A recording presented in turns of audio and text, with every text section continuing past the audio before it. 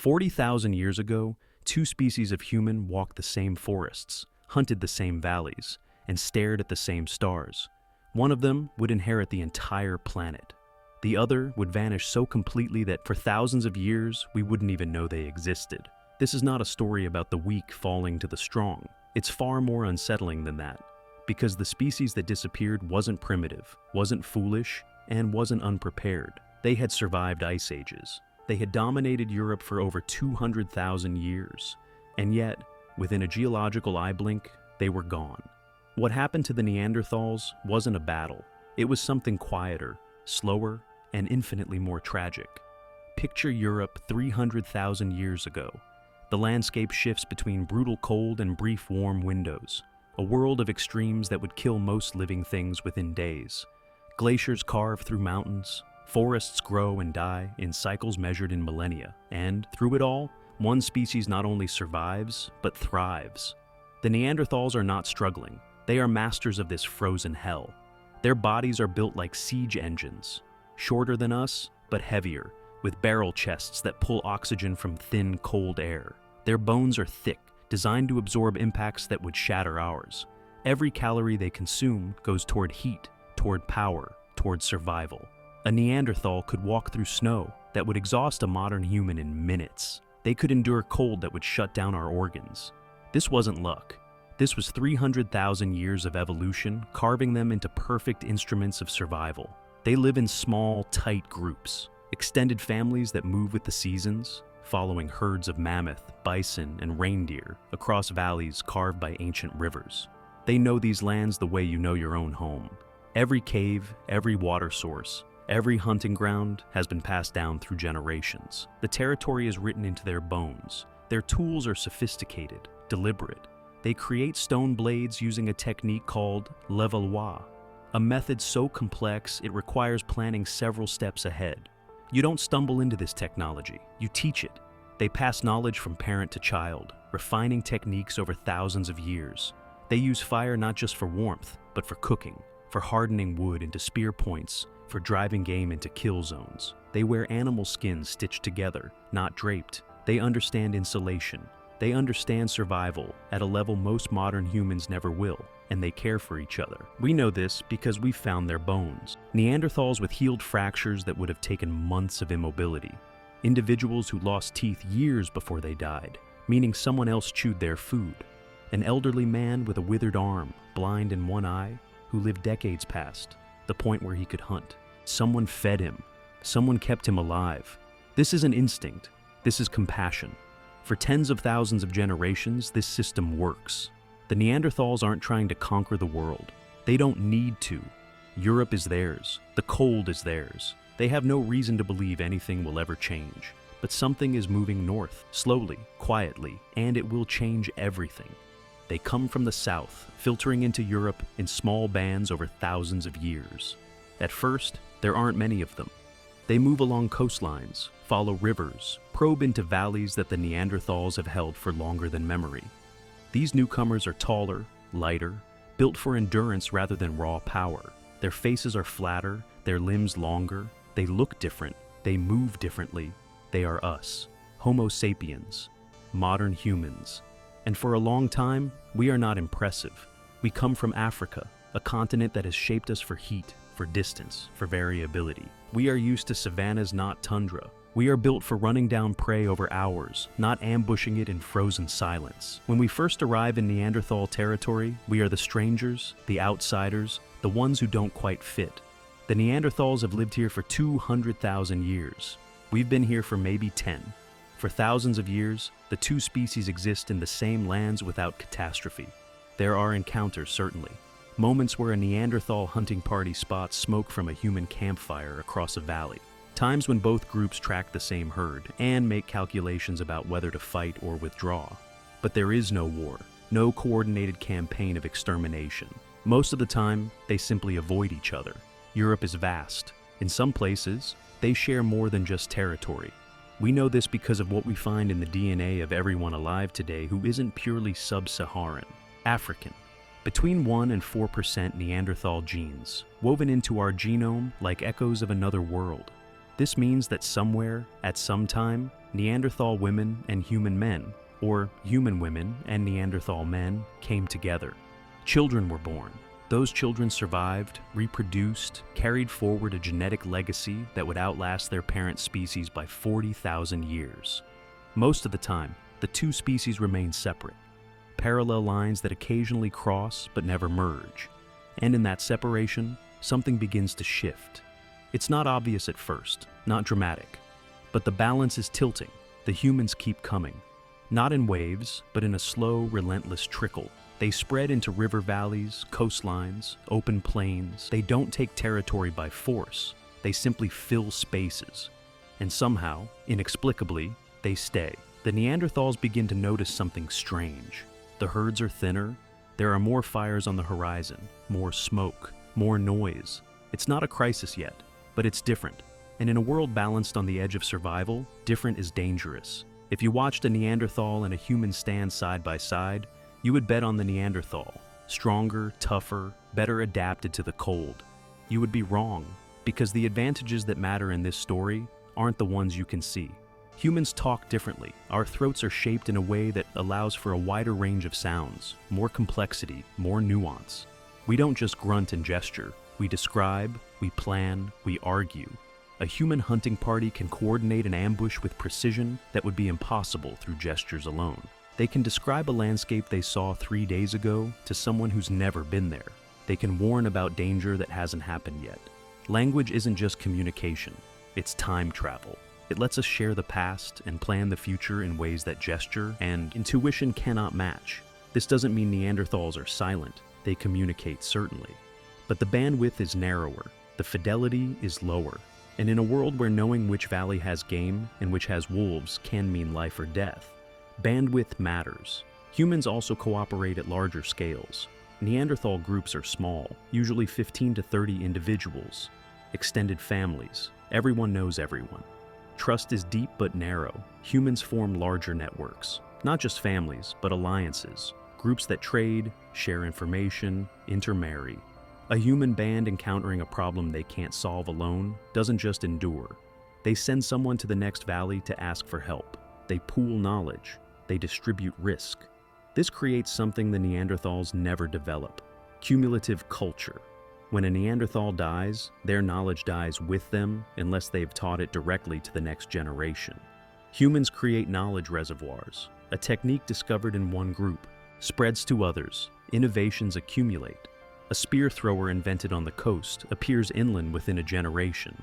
Humans don't just adapt to their environment. They carry solutions with them, share them, compound them. And then there are the tools. Neanderthal technology is effective but conservative. The same stone blade techniques for tens of thousands of years. Humans innovate constantly. They create specialized tools, bone needles for sewing tighter clothing, fishing hooks, spear throwers that multiply force and distance, eventually bows. Each innovation is small. None of them, alone, would decide a species' fate. But together, compounded over thousands of years, they create an edge. Humans are also more flexible. When climate shifts and reindeer populations crash, Neanderthals struggle because reindeer are what they know. Humans shift to fishing, to trapping birds, to gathering shellfish. They don't have the Neanderthals' deep expertise in any one strategy, but they have the flexibility to pivot. In a stable world, the Neanderthal approach wins. In a chaotic one, adaptability trumps mastery. But perhaps the most important difference is one we're only beginning to understand. Humans seem to have larger social brains, not in raw size but in connectivity. We maintain relationships with more people. We remember social debts, alliances, grudges across longer time spans. This allows for trade networks, for diplomacy, for coalitions that span hundreds of kilometers. A human group facing a bad winter can call in favors from groups they traded with the previous summer. Neanderthals, isolated in their valleys, have no such safety net. None of these advantages are overwhelming. In any single encounter, a Neanderthal group might outcompete a human one. But across thousands of encounters, across tens of thousands of years, the aggregate effect is relentless. Humans aren't better. They're just different in ways that happen to matter more when the world is unstable and resources are contested. The Neanderthals don't see this happening. How could they? The changes are incremental. A hunting ground becomes less productive. A winter is harsher than usual. A valley that once felt empty now has smoke on the horizon. None of it feels like an existential threat. Just bad luck. Just a hard decade. They've survived hard decades before. But this time, the hard decade doesn't end. 60,000 years ago, the Earth enters a period of profound instability. Not a single ice age, but a stuttering, chaotic oscillation between freezing and thawing. Glaciers advance, then retreat, then advance again. Each cycle lasting not millions of years, but mere thousands. Sometimes less. The climate doesn't give species time to adapt. It just churns. For the Neanderthals, this is catastrophic. They are specialists, honed by evolution to thrive in cold, stable environments. But stability is gone. One generation grows up hunting reindeer in pine forests. Their children inherit a steppe. Their grandchildren face encroaching glaciers. The knowledge passed down becomes obsolete faster than it can be replaced. The forests they depend on fragment. Glaciers carve through valleys, cutting off migration routes. Herds that once moved predictably become erratic, following rain and warmth into regions the Neanderthals have never needed to explore. The comfortable known world shrinks. Groups that once numbered 30 dwindle to 15, then 10. Isolated pockets cling to shrinking refugees in southern Spain, Italy, the Balkans. Small populations are fragile in ways that aren't immediately obvious. Genetic diversity drops.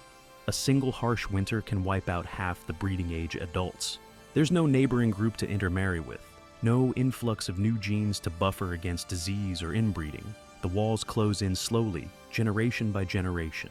Humans face the same climate chaos, but they react differently. When one region becomes inhospitable, they move. Not just a valley over, but hundreds of kilometers, following coastlines, river systems, into entirely new ecosystems. They don't have the Neanderthals' deep expertise in any one environment, but they don't need it. They adapt on the fly. Coastal groups learn to harvest shellfish. Inland groups trap birds. They aren't masters of the cold the way Neanderthals are, but they survive it through flexibility and sheer, relentless mobility. And crucially, they stay connected. Even when separated by vast distances, human groups maintain contact. They trade, they exchange mates, they share information about where the herds are, where the water is, where danger lurks. This creates a biological and cultural buffer. When one group suffers, others can help. Knowledge isn't lost with a single bad winter. It's distributed, redundant, resilient. The Neanderthals have no such network. Each group stands alone. And one by one, as the climate convulses, those groups begin to fail. It's not starvation that kills most of them. It's mathematics. A group of 12 has 6 breeding pairs. If 2 die young, if one couple is infertile, the population can't sustain itself. The group lingers for a generation, maybe 2, then winks out. No drama, no final stand, just fewer children each year until there are none. And humans fill the gaps, not through conquest, but through simple presence. A valley where Neanderthals once hunted falls silent. Within a generation, a human group moves in. They don't know they're replacing anyone. They just see an empty valley with game and water. They settle. They thrive. By 35,000 years ago, the Neanderthal world has collapsed to scattered holdouts. A few groups in Gibraltar, a population in Croatia, isolated bands in caves along the French coast. They are no longer a species, they are refugees. And still, there is no war, no climactic battle, just the quiet, inexorable mathematics of small populations in a chaotic world. In a cave system on the southern coast of what is now Gibraltar, a group of Neanderthals lights a fire. There are maybe 8 of them, 3 adults, 2 adolescents, 3 children. They've been here for generations. Their ancestors' handprints still visible on the cave walls, faded but unmistakable. The sea provides fish and shellfish. The cliffs offer refuge. For a long time, this place has been enough, but the group is shrinking. One of the adolescents coughs at night, a wet, rattling sound that won't go away. One of the adults is old, too old to hunt effectively. The other 2 are siblings, the last surviving children of parents who died winters ago. They know they need mates from outside groups to keep the bloodline viable, but there are no outside groups anymore, not within walking distance. not anywhere they know. They are not starving, they are not under attack, they are simply alone. Groups that have lived in the same valleys for thousands of years, watching the world change in ways they cannot understand and cannot stop. The herds move differently now. The winters come earlier, and most haunting of all, the silence. No smoke from neighboring camps. No chance encounters with familiar faces at seasonal gathering spots. Just the wind and the sea and the knowledge, unspoken but absolute, that something fundamental has ended. Some Neanderthals encounter humans in these final years. We know this because of the archaeological record. Sites where Neanderthal tools and human tools appear in layers separated by only decades, sometimes less. What passed between them in those moments? Did they trade, fight, simply watch each other from opposite sides of a valley and then move on? We don't know, but there's no evidence of massacres, no mass graves, no signs of systematic violence. The extinction is quieter than that. It happens in the gaps. Neanderthal woman gives birth to a stillborn child, and there's no neighboring group to provide a new mate for her brother. A hunting accident kills the only adult male in a group, and the remaining members cannot bring down large game alone. A harsh winter strikes, and a family of 6 dwindles to 3, then 1, then none. Each small tragedy is survivable in a large, connected population, but in isolated pockets, each one is a step closer to the end. By 30,000 years ago, the last known Neanderthal populations are confined to a few coastal refuges. They persist not because these places are paradise, but because they were the final patches of ground where small groups can still find enough food to limp forward another generation. They are living fossils, echoes of a world that has already moved on. And then, somewhere around 40,000 to 37,000 years ago, the last fire goes out. The last child is born and grows old and dies without offspring. The last individual wakes one morning, tends to daily survival, and then at some point, for reasons we'll never know, doesn't wake again. There is no witness to this moment, no other Neanderthal to mourn. The body is not buried by its own kind because there are no more of its kind. Perhaps scavengers find it. Perhaps it simply decays into the earth, indistinguishable from stone and soil within a few seasons. The world does not pause. The sun rises the next day on a planet that has lost an entire branch of humanity, and nothing changes except that a certain kind of human footprint will never appear again. This is how extinction happens for most species, not with violence, but with mathematics. Not in a single catastrophic event, but through the slow accumulation of bad luck, isolation, and time. The Neanderthals didn't lose a battle. They lost a war of attrition they didn't know they were fighting. But here's where the story becomes strange. Because the Neanderthals didn't completely disappear, not in the way we once thought. In 2010, scientists sequenced the Neanderthal genome from ancient bones preserved in caves. What they found was unexpected. If you are of European, Asian, or Native American descent, approximately 1 to 4% of your DNA is Neanderthal, not metaphorically, literally. Sequences that evolved in Neanderthal populations over hundreds of thousands of years are sitting in your cells right now, functional, active, shaping your biology. This means that at some point, likely between 50 and 60,000 years ago, when humans and Neanderthals coexisted in the Middle East and Europe, members of both species came together. Not often, and not in large numbers, but enough. Children were born from these unions, and critically, those children survived, reproduced, and carried Neanderthal genes into the human lineage. These aren't random junk sequences. Some of them do things. Neanderthal genes affect your immune system, helping fight off certain pathogens.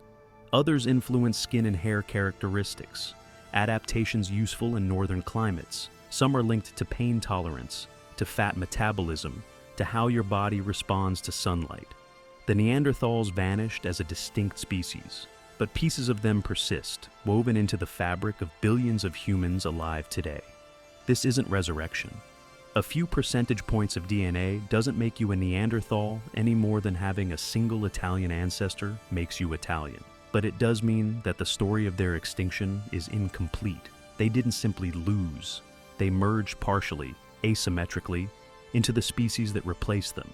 Think about what this implies. For tens of thousands of years, we've imagined ourselves as singular, the sole survivors, the lone inheritors of Earth. but we are composite. Every human outside Africa carries genetic memory of another species, another way of being human that walked beside us and then vanished. We are not pure Homo sapiens. We are something slightly other, an amalgam. And it's not just Neanderthals. In the last decade, we've discovered that humans also interbred with Denisovans, another archaic human species in Asia, and possibly others we haven't even identified yet.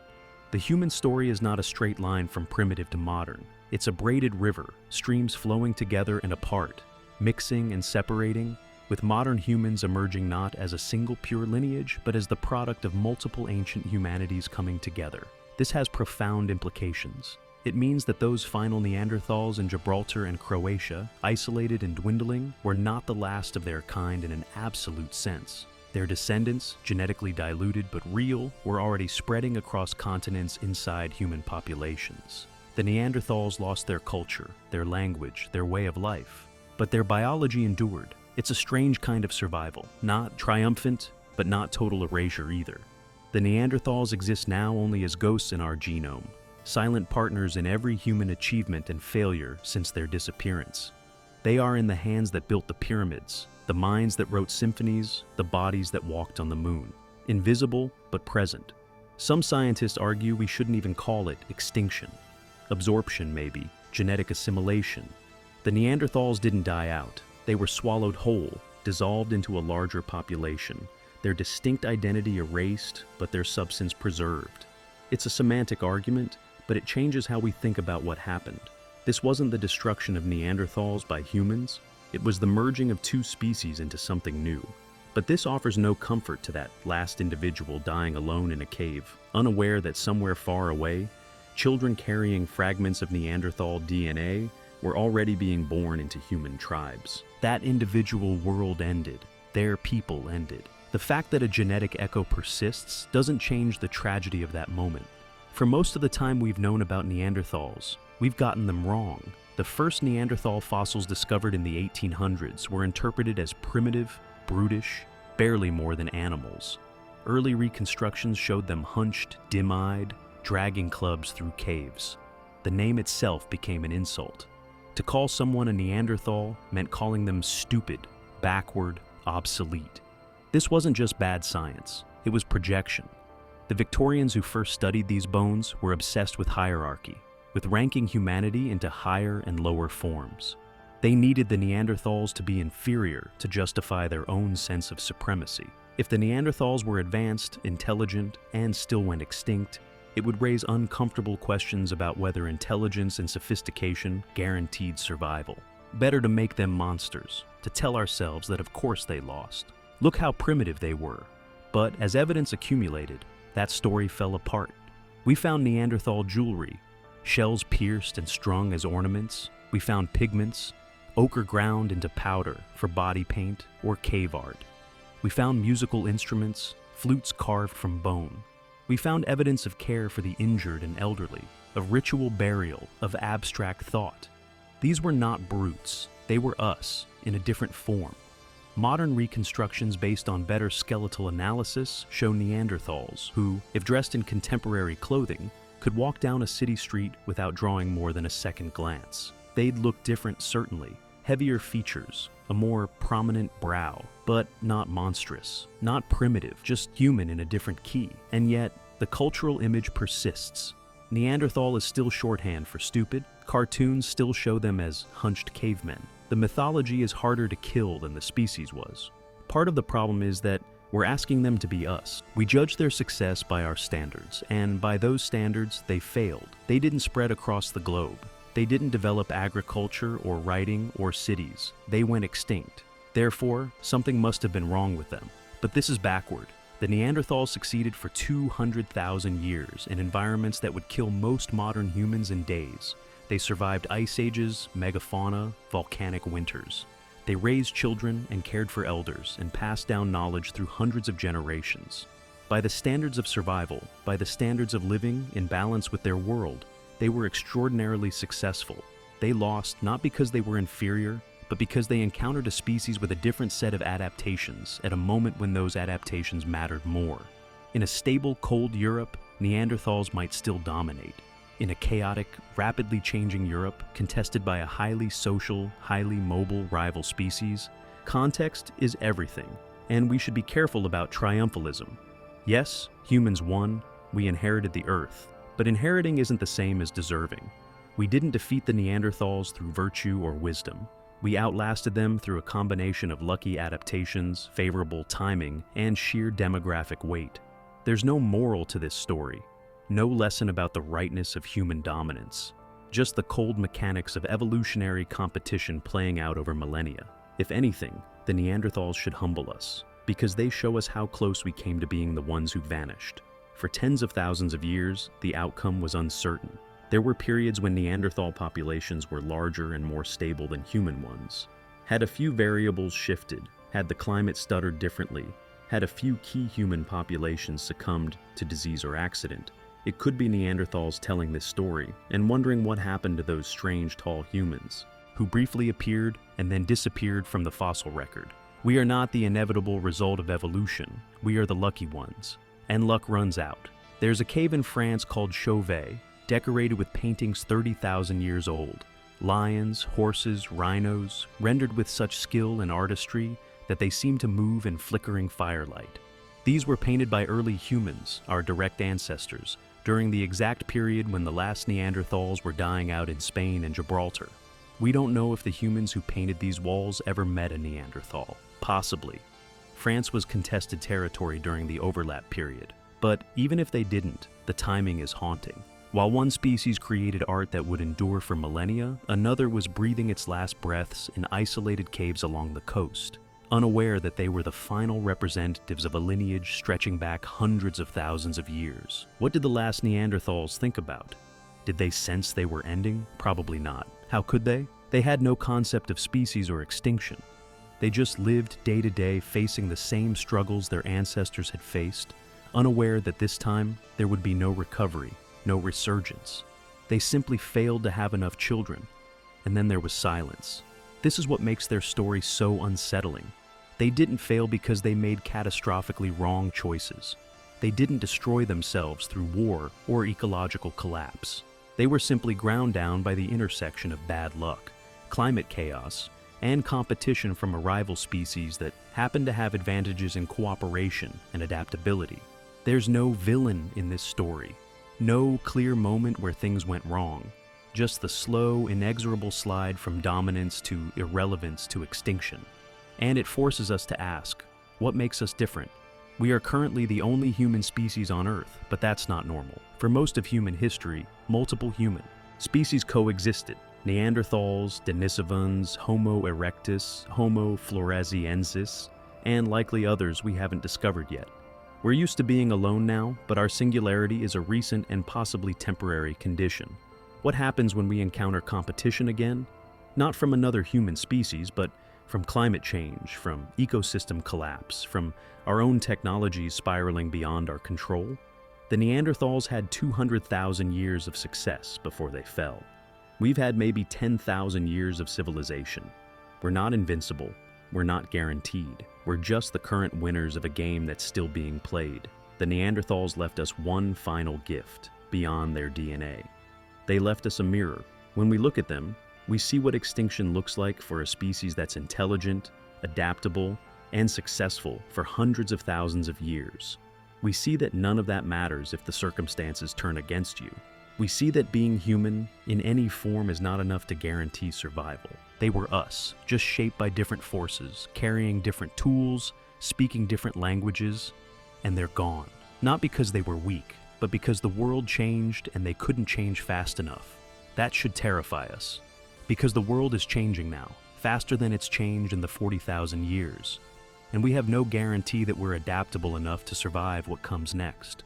The Neanderthals ruled Europe for 200,000 years.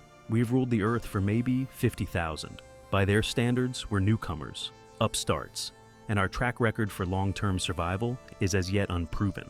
Somewhere in a cave in Gibraltar, buried under 40,000 years of sediment, there might be bones. The last Neanderthal, or close to it. We'll probably never find them, and even if we do, they won't tell us much we don't already know. Just another data point in a story of gradual decline. But sometimes I think about that individual, What they saw, whether they understood on some level that the world had moved on without them, whether they looked out at the sea and felt its indifference, or whether they simply lived as all creatures do, focused on the immediate needs of survival, unaware that they were the final page of a story 200,000 years in the making. They're gone now, completely and irrevocably, except for the pieces of them we carry, invisible instructions written in the language of DNA, influencing our bodies in ways we're only beginning to understand. The Neanderthals lost the battle for Earth, but perhaps the more important question isn't why they lost. It's whether, in the long run, anyone really wins.